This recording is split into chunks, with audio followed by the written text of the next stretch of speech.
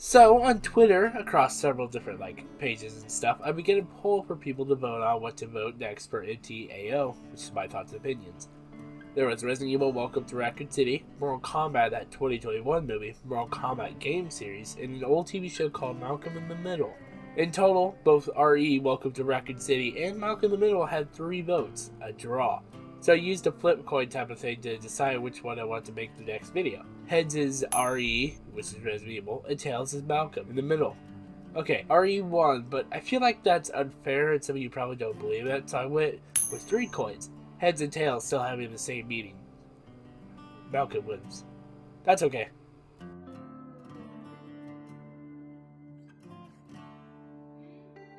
So recently, while scrolling through Hulu, I found Malcolm in the Middle, a show I watched as a kid. I want to say nostalgia doesn't really have to have any meaning in this review, and I decided to watch the whole show taking place across a month or 2. And the only thing I can really say about Malcolm in the Middle compared to my early days of watching the show is that I remember quite a few scenes. But as you know, nostalgia isn't the reason I love the show. Not like that matters. I believe nostalgia is a valid reason for reviews. A lot of people don't, but whatever. Malcolm in the Middle is a show that began in the year 2000 to 2006, with the show having 7 seasons. It's TV PG, 8.1 on IMDb, with the genres of comedy and family. A gifted young teen tries to survive life with his dim-witted, dysfunctional family. Starring Frankie Muniz as Malcolm, who actually didn't do much.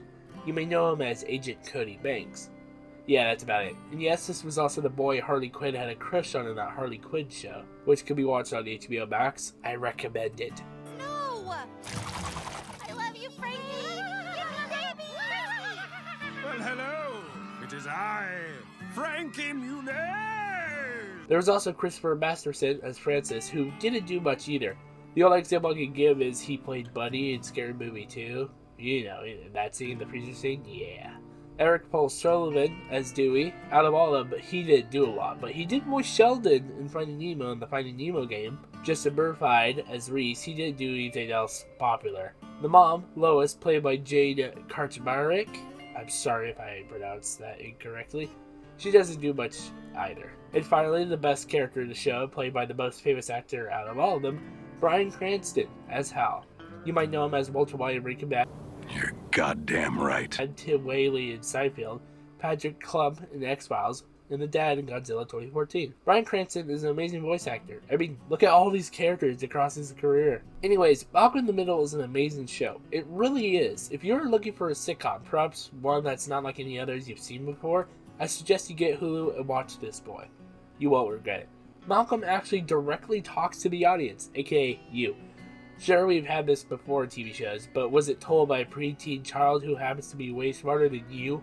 Take your time and really look at The it. car's shadow's going the wrong way. The steering wheel's on the wrong side. There's no brake pedal. The words in the mirror should be backwards. The guy's watch wouldn't say 12 o'clock if he's looking at a sunset. And I have red paint on my ass. That's right, red paint all over my ass.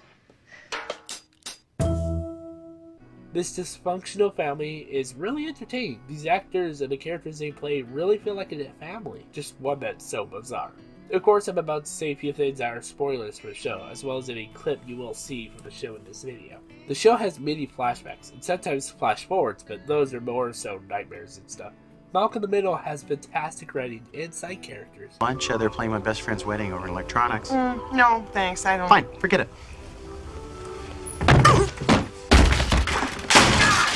I'm okay! You have got to redo the nail polish. The crystal pinks are mixed with the frosty pinks or mixed with the God knows what. Right away, Mr. Pitter.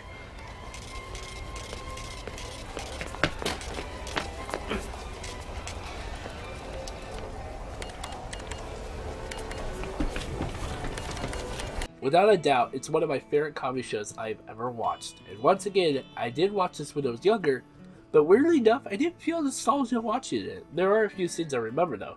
Stuff's so weird, funny, interesting that it stuck with me. At the beginning of every episode, you will have those funny short moments that's almost nothing to do with the actual story of the episode. I think they're called cold openings. That's what The Office calls it. Basically, all of them are hilarious, and it's truly a great way to start off an episode. as well as the show having a linear story. So the show does nod to earlier moments in their lives, which were indeed episodes shown once before. You have 7 seasons, with each episode about 20 minutes, and that's a lot of content for you to enjoy, as well as the theme song to the show. Yes, no, maybe.